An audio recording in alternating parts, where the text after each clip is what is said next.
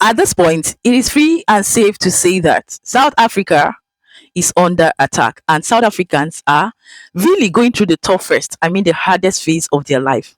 And personally speaking, as someone who can relate or who is very, very connected emotionally, psychologically, mentally, spiritually with South Africans, I can completely comprehend, relate, and understand what it is to be in such position, right? And that's the reason for the silence. And it's not as if I don't know what to say, but at this point, let me even position myself as a South African experiencing these things. Let me just put myself in the shoes of South Africans. Guys, it is not just from US Donald Trump, president.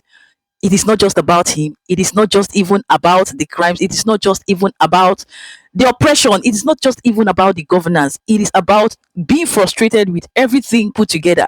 We have illegal foreigners. South Africans are dealing with bad governance, crime, and don't think of the worst. The president's having back and forth issues with the United States of America, especially with Donald Trump. And we know that since the emergence of Donald Trump, it seems as though it is clear and obvious that the president has not really been, very, very relaxed. He's been from one issue to another, from one issue to another. But the question there will be, why are South Africans in this position already? Like, why is the president of South Africa putting South Africa on a spotlight? And the answer for me will be, back history of corruption with most of our African leaders. This is not just in conjunction or applicable to just South Africans alone. A lot of country citizens, even especially my country, Nigeria, is not left behind. Will I even say ours is worse because it is not open? Even though we know that we are puppets in the hands of these said people, being controlled by US, being controlled by Britain and the rest of them, because we are already indebted to them, we are already sold out to them. Just like you saw in the interview between I and my mom, you can tell now that Nigerians case is the worst because we have not even started.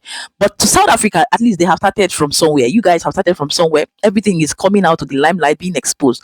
But in this episode, I will not be in that position to begin to apportion blames, push any narrative to any corner, but I will position myself as a South African because when you are hit and hit hard to the ground, it is just left for you to either remain at the ground or stand up. So that's where I stay. So we will stand up, take the bull by the horn as citizens and fight this cause to the end, which depends on, the kind of leaders we will eventually put out or push out into power if actually our votes still count, because in Nigeria, as a Nigerian, we know that our votes don't count.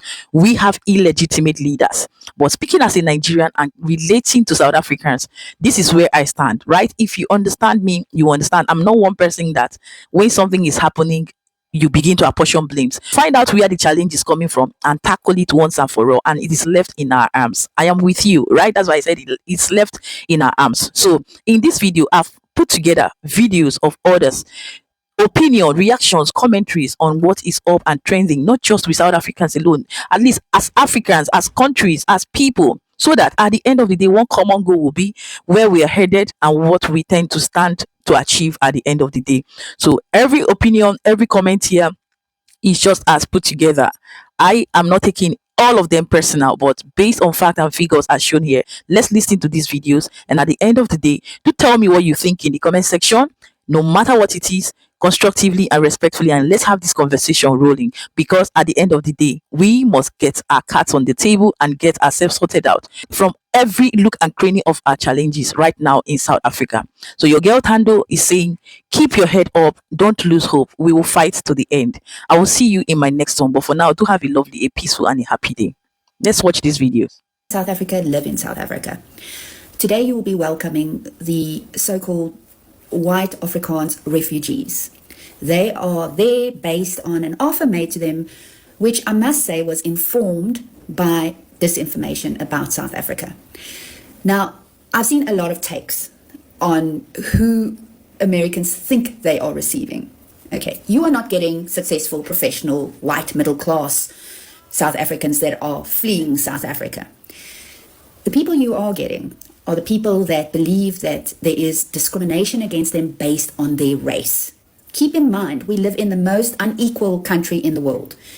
We have, for instance, 70% of agricultural land and agricultural holdings are owned by white South Africans. 62 to 68% of top leadership positions in corporate are filled by white males. There is a huge salary disparity between white South Africans and the rest of the population. And there are a number of other indicators which shows you that this story of discrimination based on race is false. Another thing that I wanted to say is that you will get certain so-called refugees that have experienced crime. However, in South Africa, no one is exempt. These people that you are welcoming assume because they're white, they should not experience crime. The people most affected by crime in South Africa happen to be black people that live in poverty. So as you open your doors and welcome people, and you're going to get a lot of information and disinformation from these people, please do keep that in mind. Oh, I also would like to say all the best and good luck to the Americans. Yes, I am white. Yes, I have green eyes.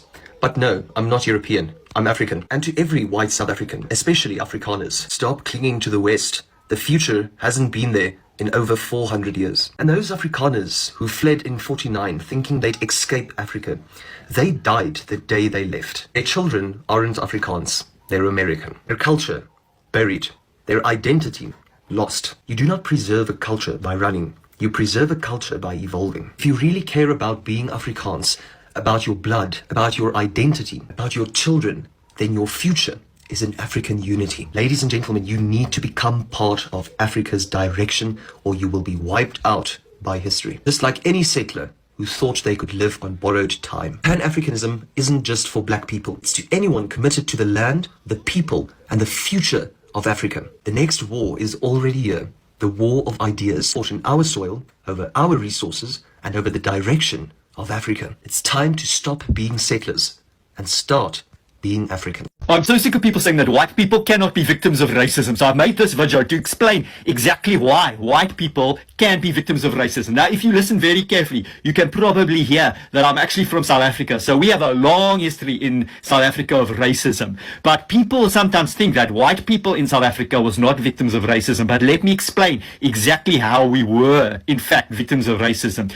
You see, when you think that your value as a human being comes from your skin color, you stop trying to be a good person in other ways. So during apartheid, we were told as white people that we were better than black people. And some people, they start to think that that means that you are automatically better. It doesn't matter what you do. So we had white people in South Africa who were raping people. We had policemen who were taking people off the street and torturing them and doing the worst things you can imagine. And they walk around thinking, oh, I'm white. I must be okay. I must be good because my skin makes me good. You see, if you are a racist, you are a victim of racism because you stop growing as a person. You stop seeing other people as fully human. And you look at the black man and you think, I'm better than him because of my skin. But what actually happens is the black man that you abuse and oppress, he grows and he learns and he becomes a better person because he has you as an example of what a terrible person is. And then we get someone like Nelson Mandela and he comes out of prison after 27 years and he's better than any white man in the country because he's learning the whole time.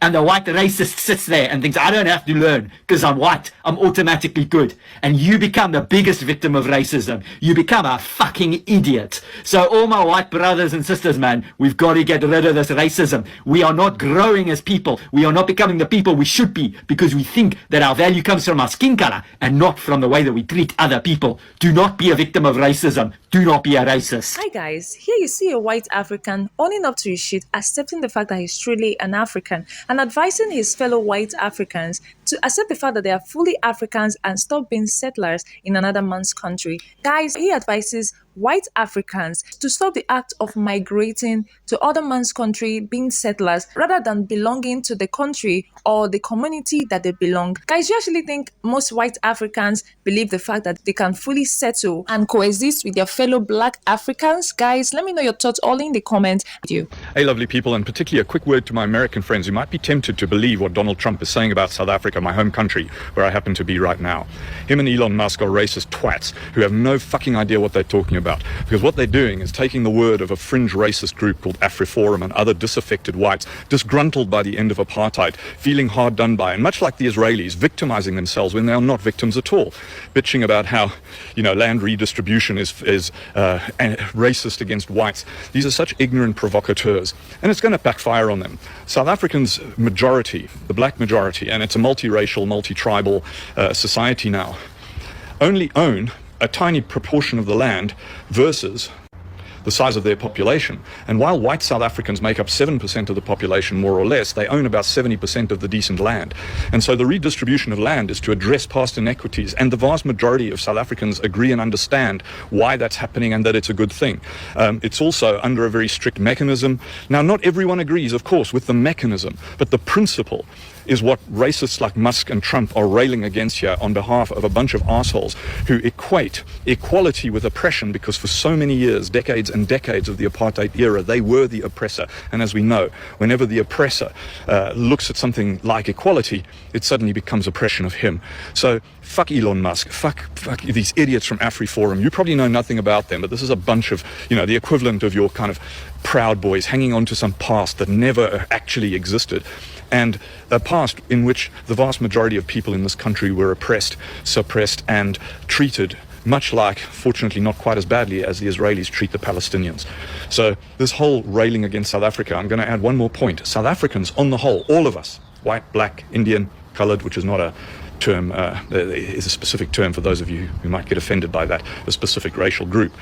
We are very, very resilient people. As a country, we have gone through a great deal, both in terms of the early part and then the transition from the apartheid era to genuine multicultural democracy.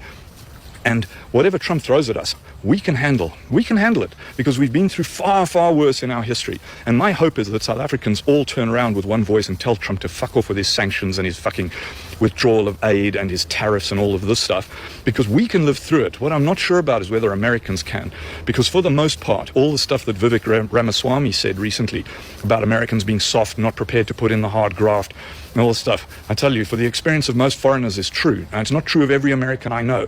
Some of them are the most hardworking, wonderful people in the world. But as a general principle, South Africans are far more resilient and able to withstand this kind of bullshit authoritarian pressure than any American population. So to my fellow South Africans, let's stick this out. Let's stick up the middle finger to Trump, and particularly to Elon Musk, because we know from his background that he left South Africa in the apartheid era and retains the racist bullshit that's motivating these people like Creel. And now that I'm in South Africa, I'm seeing their awesome, ridiculous tweets. Fuck those guys as well. They're the past. Most of us are the future, and it's a beautiful future.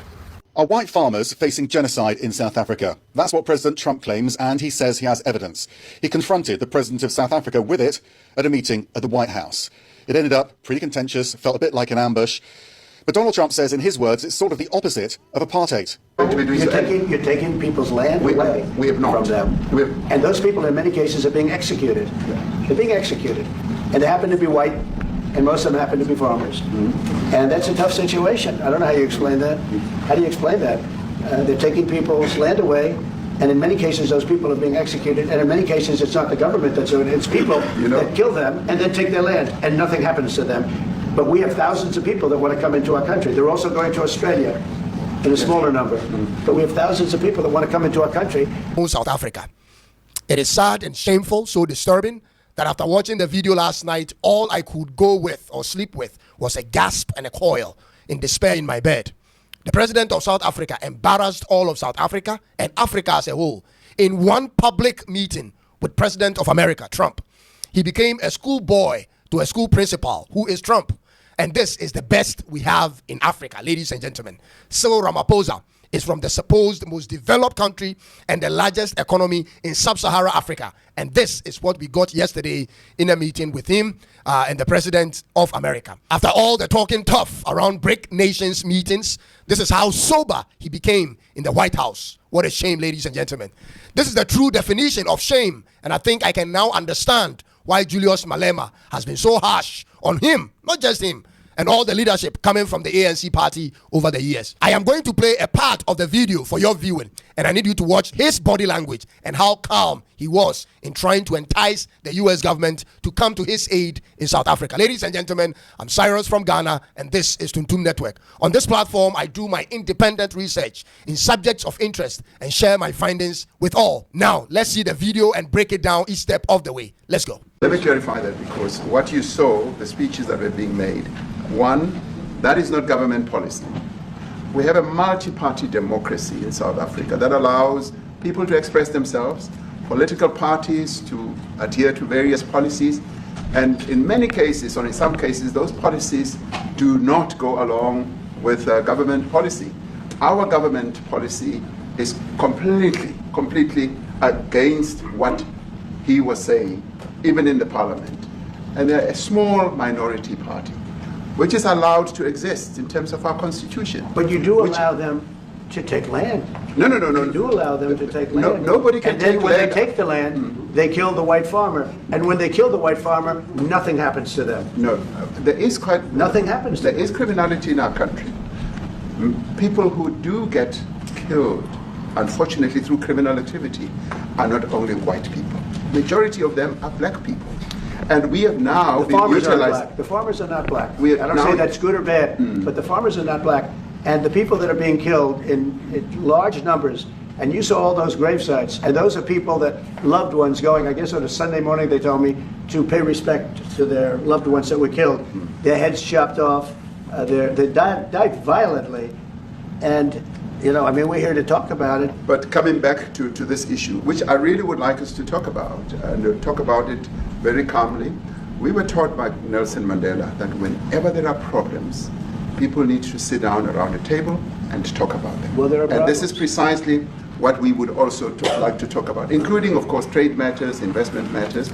So the issues that concern you as the United States, Those are all recent. Those are all deaths. Yeah, in many ways, I mean, one should say you are a partner of South Africa, and you are raising concerns, and these are concerns that we are willing to talk to you about. Let me just add quickly, you know, the criminality that we are experiencing in our country needs quite a lot of technological capability.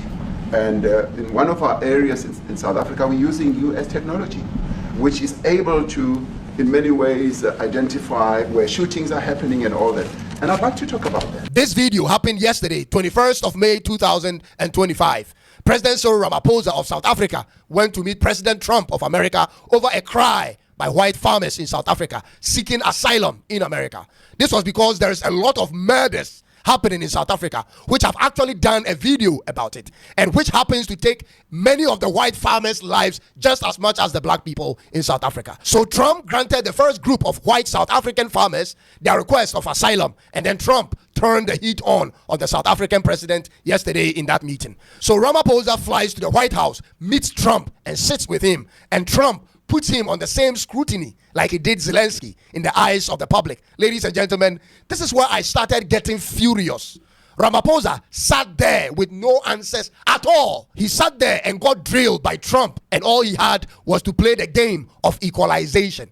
Trump insists you allow them to take lands and kill farmers and nothing happens to them. Trump said this. And Ramaphosa's response was, no. In fact, we have more blacks dying due to the killings than the white South African farmers. As though the black South Africans' lives didn't matter as much as the white South African. You had to throw in the deaths of your own people to make Trump feel it's not a targeted thing. But you forgot that in the same way, you sounded as though the blacks are dying even the more, so it's okay.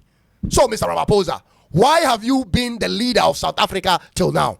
Why do you run for office when the numbers of crimes since you took over is still the same? You clearly looked clueless and came off as a man with no solutions to the crime problems. The issues of crime in South Africa has never been about the lack of technology to fight these crimes, but the political will to pursue after criminals. That would have been acceptable for a country like the Congo. Your lenience with criminals echoes everywhere in the world. This is South Africa we are talking about. You allow for these things so you don't offend your partisan base.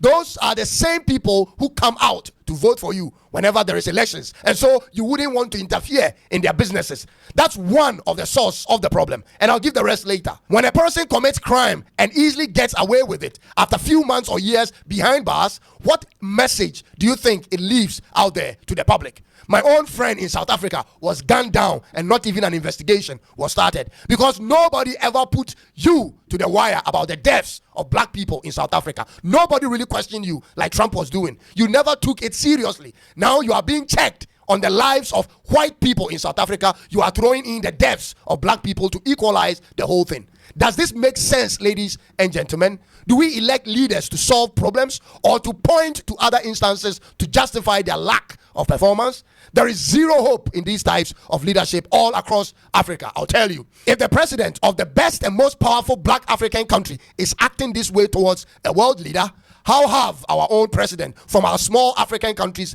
acted when they go there to meet these powerful presidents in the world? I love every bit of what Trump is doing in terms of bringing the cameras in to put all these people on the spot, because most times we have zero idea what these so-called heads of states of Africa actually say there when they meet them. This now makes me wonder, when these African leaders meet world leaders, whether from America, China, Russia, or anywhere in Europe, what actually transpires in these meetings? Because I'm tempted to believe they go there hoping to kiss their butts, shine their shoes, and help them with their laundry. Ladies and gentlemen, I hope I'm wrong.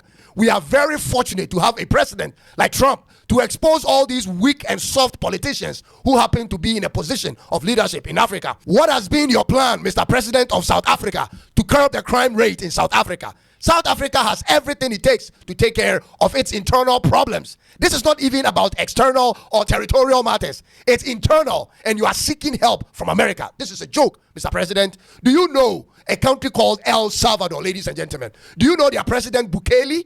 Did you know they were in a worse criminal situation than South Africa was in 7 years ago? And do you know the same El Salvador is now the safest country in all of Northern and Southern America, only behind Canada? How did he, one man, achieve it? For a president who took over at age 37 and was surrounded by hardcore gangs and ritualists across the country of El Salvador, how did he do it? The same America, led by Joe Biden at the time, castigated President Bukele of El Salvador for his approach towards bringing order in his country. But today, this same America under Trump just invited him and even struck a prison deal with him for his excellence approach, which is proven effective. Ladies and gentlemen, what are our leaders doing? Your problem is, even if the best solutions are gifted to you, Mr. Ramaphosa, you cannot implement them for many partisan reasons. You have just handed over South Africa to America. You have just done that. Did you see what Trump did the moment Ramaphosa mentioned that they need America to help them with their crime situation? Ladies and gentlemen, watch Trump's body gesture. There's a place called River Park in Alex. It's Zimbabwe Avenue. All the hijackings, all the killings that happen on London Road are Zimbabweans. Yes. And I'm not going to be apologetic about this thing. Yeah. We've got an industrial area next to Alex by Malboro. It's all Mozambicans there. Yes. We've got an industrial area on the other side in Limbro Park. We've got Malawians there. And now we are saying to one another that the youth unemployment ANC is making things better for us. There's no betterness in this thing. Yes. In fact, our own Home Affairs, our own SAPS officials are getting bribes from some of these ones. Mr. Caton McKenzie put it straight. We shouldn't be apologetic about this thing. Yes. These people must move away from our places. Alex was supposed to have 75,000 people in it. We are sitting at 1.4 million. That's why you find electricity breaking. That's why you get water everywhere. That's why our clinics are full. Each and every corner where you go to, these illegal immigrants are making something wrong. And with the Ethiopians, let me give you an example. There's a video that used to trend, I think about 2 years back, when Ethiopian decided to be a boss in Alex and lay his hand on a cop. Go to Ethiopia and do that thing now and see what will happen. Good morning, illegal foreigners, undocumented foreigners in South Africa. If you are employed, continue working. Don't listen to this noise. Wang, wang, wang, wang. Don't listen to the noise. They are lazy. They have seen that you are working. You work so hard. Continue working. It is only a lazy person who will go to attack somebody who's working instead of the person going to look for work. Go and work. Don't even be bothered what they are doing. Those people who are going around complaining this and that, it is because they are lazy. A man should not go on admiring other countries and wanting to become a citizen of other countries. That's a weak man. A weak man runs away from problems. You stay in problems and solve the problems. Comprende? How many of you, if your family is so imperfect, you run away from your family? Do you run away from your family? What do you do? Raise up your hand. What do you do? What does a strong man do? Yes, Godwin. We fight the problems. You fight the problems. You stay. Umama okhathazekile ngendawo yokuhlala.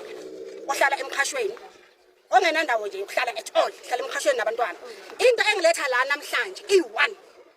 Ngikhala ngokuthi imeya yala ithatha ama-foreigner from Joburg izowafaka la ezindlini. Kudala sayimela lezi zinto from 94 sichangeisiwe ukuthiwa izinto dala sabhalisa from 94 sibhalisile sichangeiswe lama-flat ukuthi sizowathola 1 2 3 izolo sibona abantu bayangena masithi phaphara ama-foreigner. So udada noRamaphosa angeke azakwenze lokho. Ramaphosa masifuseke nama-foreigner wakhe. Thina la sifuna ukungena njengabahlali. Right now sithi udada ubafakile laba bafakile izolo. Angithi yena uyafakana akasifakeke nathi. Nathi sithi manje udada akasifaki. Akabakhiphi. Angithi sekabafakile. Nathi njengoba sila sifuna ukuthi asifake.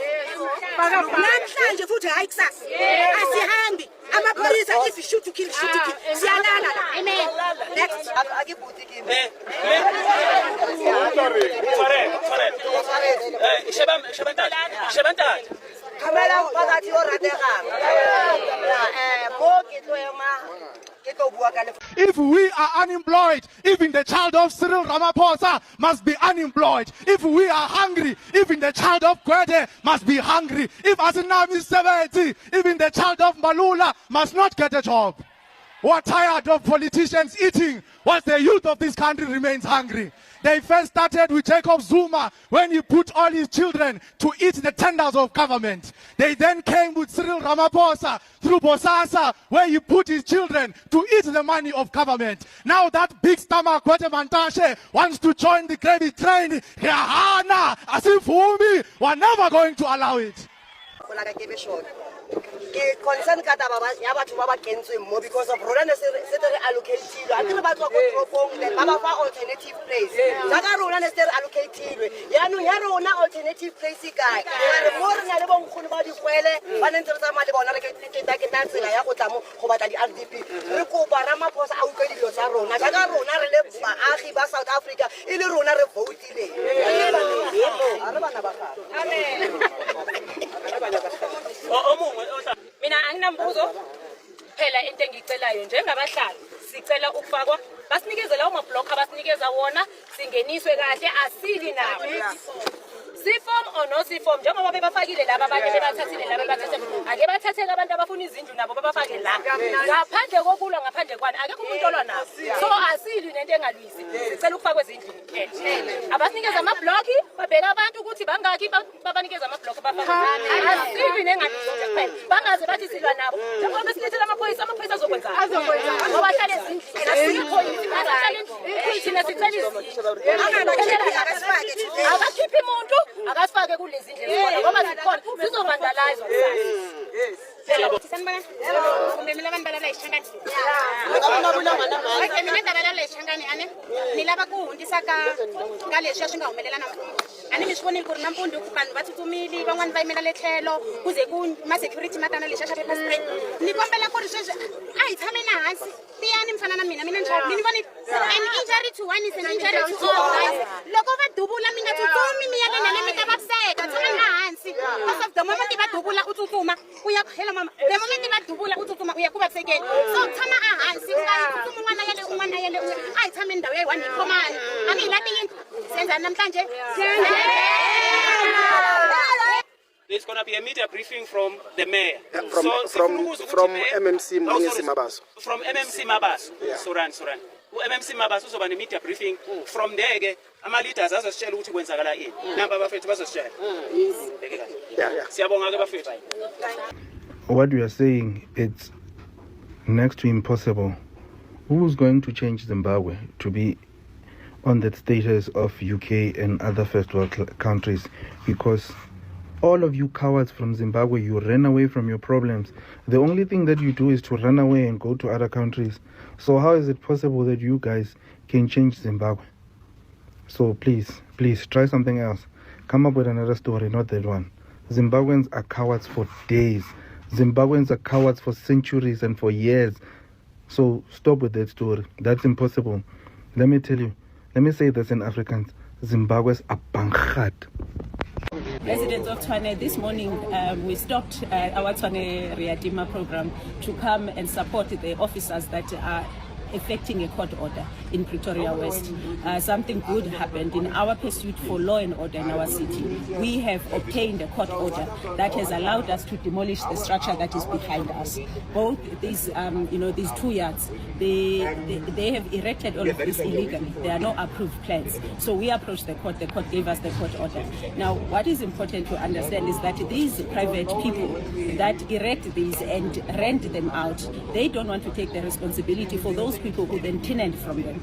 And it's quite sad to see such, because people want to put money over people's rights. So what we have done today is to effect the court order. We have evicted the people that stays here, because more than anything, these buildings are not safe.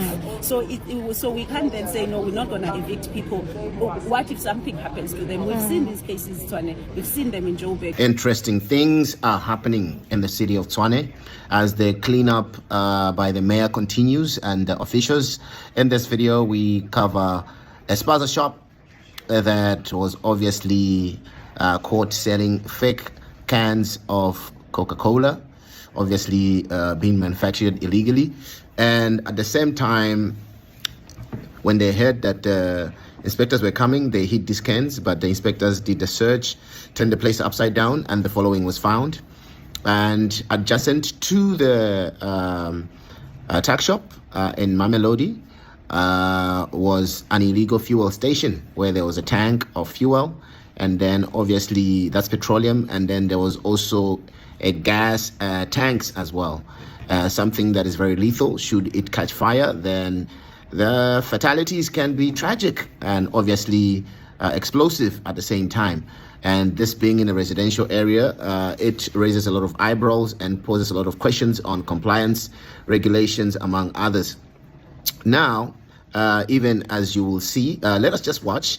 I will let the videos to play back to back so that you can see for yourself and hear what the mayor uncovered and unraveled with the inspectors. Residents of Tshwane were still in Mamelodi East, opposite the shop that we were talking about earlier. So what you see at the back here is a petrol station mixed with gas if you go there. So basically this is a very well kept room in this establishment. What this means, should anything go wrong, Tshwane, Mamelodi will have the biggest hole. This is a bomb. This is a crisis. And there are South Africans who have leased their properties to illegal foreigners to kill our people. So this is it, South Africans. South Africans. Residents of Tshwane were back in Mamelodi this morning. We are in Mamelodi Cash and Carry. You have alerted me that they've reopened after they were closed 2 weeks ago. They, particularly this one, is closed because they've built this nonsense on the civic. And they've been given notices. They were closed down, but the arrogance of these people is unmatched. So upstairs, they stay inside this shop. We have found cash machines, even with the receipts of almost R1 million printed just for one day. So these people are here to milk the economy. They don't pay tax, and they are breaking our laws left, right, and center. We are back. The one thing is to process the ones behind me. As you can see, they are all Ethiopians, and we're going to close down the shop again and just follow up in terms of the demolition, because we must demolish this. But residents of Mamelodi, there is economy in informal sector. Do not listen to them when they say there's no money. If this shop alone can make R1 million per day, how much more if our people are taking this opportunity? It's your opportunity. We're closing them down. It's up to you what you do.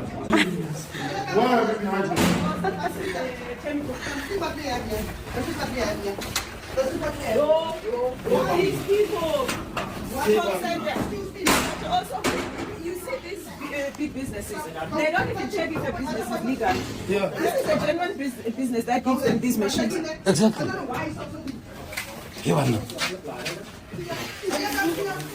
Did you get it?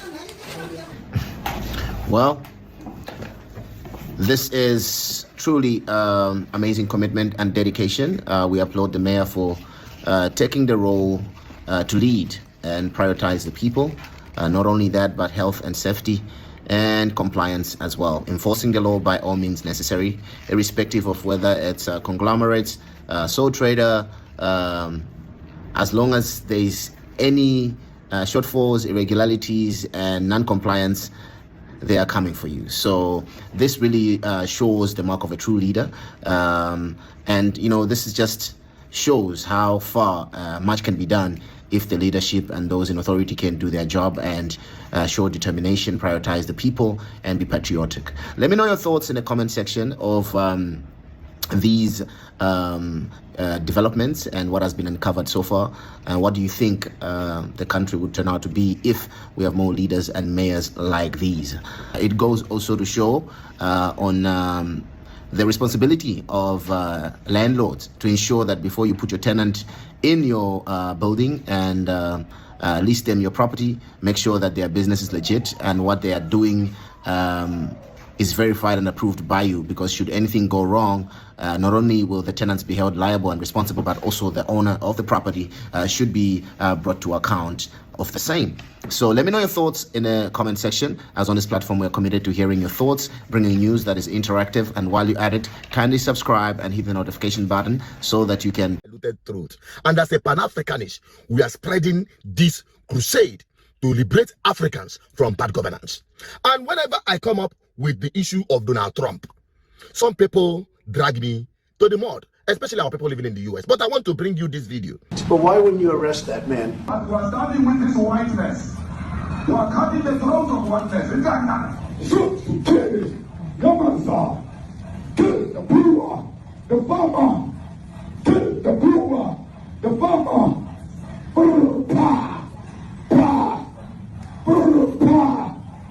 Shoot to kill. Come on, sir. That man said, kill the white farmers, kill the white farmers. And then he danced, and he's dancing, and it's kill the white farmers. Now this is very bad. These are burial sites right here. Burial sites. Over 1,000 of white farmers. And those cars are lined up to pay love on a Sunday morning. Each one of those white things you see is a cross. And there's approximately 1,000 of them. They're all white farmers, the family of white farmers. And those cars aren't driving. They're stopped there to pay respects to their family member who was killed. And it's a terrible sight. I've never seen anything like it. Both sides of the road, you have crosses.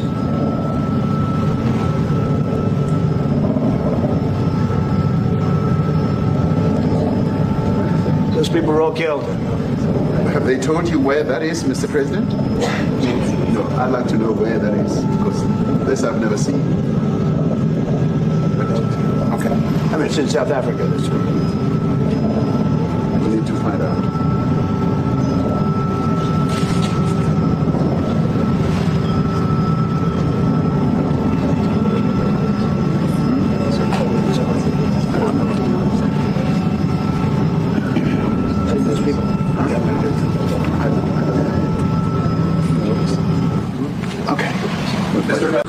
I'm not sure, but I think if somebody got up in Parliament and started saying kill a certain group of people, he would be arrested very quickly.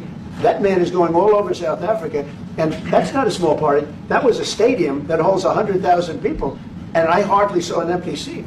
That's a lot of people. That's a lot of representation. And those crosses, we have dead white people, dead white farmers mostly. And you take a look at Australia, they're being inundated, and we're being inundated with people that want to get out. And their farm is valueless, it's valueless, and they just want to get out with their life. And this is a very serious situation. And if we had a real news or real press or media, we don't have that, because they won't talk about this, because they're all guys like that idiot. But if we had a real press, it would be exposed. And you know, the beauty of exposing it is it's like a cleansing action. When it gets exposed, it'll get fixed. That's when it'll get fixed.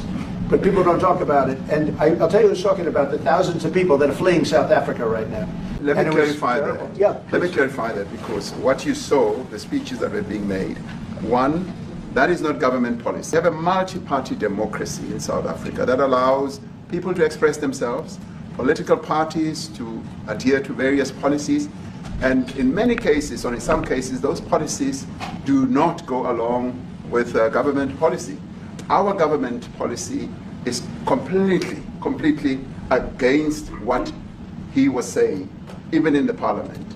And they're a small minority party, which is allowed to exist in terms of our constitution. But you do allow them to take land. No. You do allow them to take land. Nobody can take land. And then when they take the land, they kill the white farmer. And when they kill the white farmer, nothing happens to them. No, there is nothing happens. There is criminality in our country.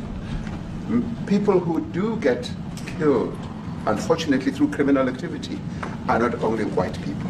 Majority of them are black people. And we have now the been farmers are utilized. black. The farmers are not black. We I don't say that's good or bad, but the farmers are not black. And the people that are being killed in large numbers, and you saw all those grave sites, and those are people that loved ones going, I guess on a Sunday morning they told me, to pay respect to their loved ones that were killed. Their heads chopped off, they died violently. And, you know, I mean, we're here to talk about it, and I didn't know we'd get involved here. But I will say this, that if the news wasn't fake, like NBC, which is fake news, totally, one of the worst, ABC, NBC, CBS, horrible. But if they weren't fake news like this jerk that we have here, if we had real reporters, they'd be covering it. But the fake news in this country doesn't talk about that. They don't want to talk about it, but now they have to talk about it. We discussed USAID, the devastating impact the cuts are having across the African continent. You know, it's devastating, and we're going to always be there to help. Trump is now becoming like the president of other presidents in the world, which is what it is. And the South African president have no option than to explain himself. Now, why would it not be so when South Africa actually is a business enterprise of the US? South Africa is registered in America as a private company. Okay? What? Yes. It's not a country, it's a business. You can Google now on New York Stock Exchange. South Africa is registered there as a private company, which has directors and shareholders, not the South Africans. And I'm sorry, many South Africans will hear this and be shocked to their boots. But it's a fact. So the communication and the conversation you just saw here between Donald Trump and the president of South Africa is just a conversation between an employee and employer, the managing director and the owners of the company. So Ramaphosa is just like the president of South Africa is just like managing director of South Africa on behalf of the owners, the US. And come to think of it, you know, recently I published it on this platform condemning the attack or the bad treatment meted on some white folks in South Africa, where many of them are homeless and retards and the rest of them. And since afterwards, Donald Trump has been at the front line of bringing white South Africans to America and resettle them, and they call them farmers. And come to think of it, does the land actually belongs to these whites? How did they come about it? And this is the position of many African youths. And so deep into history, you've taken us back to the 17th century. Yes. In that case, shouldn't everybody leave the property to the Khoisan, who are thought to be the native occupants of South Africa? No, actually, Africa and South Africa, it belongs to the Bantu people. It belongs to the Ngunis. So it belongs to the people of Africa. What about Davy here? We are not saying it doesn't belong here. Now that we are living together here, our perspective is that the land must go back to the chiefs, the traditional leaders, and the state. We are unapologetic about this. Land must be expropriated without compensation.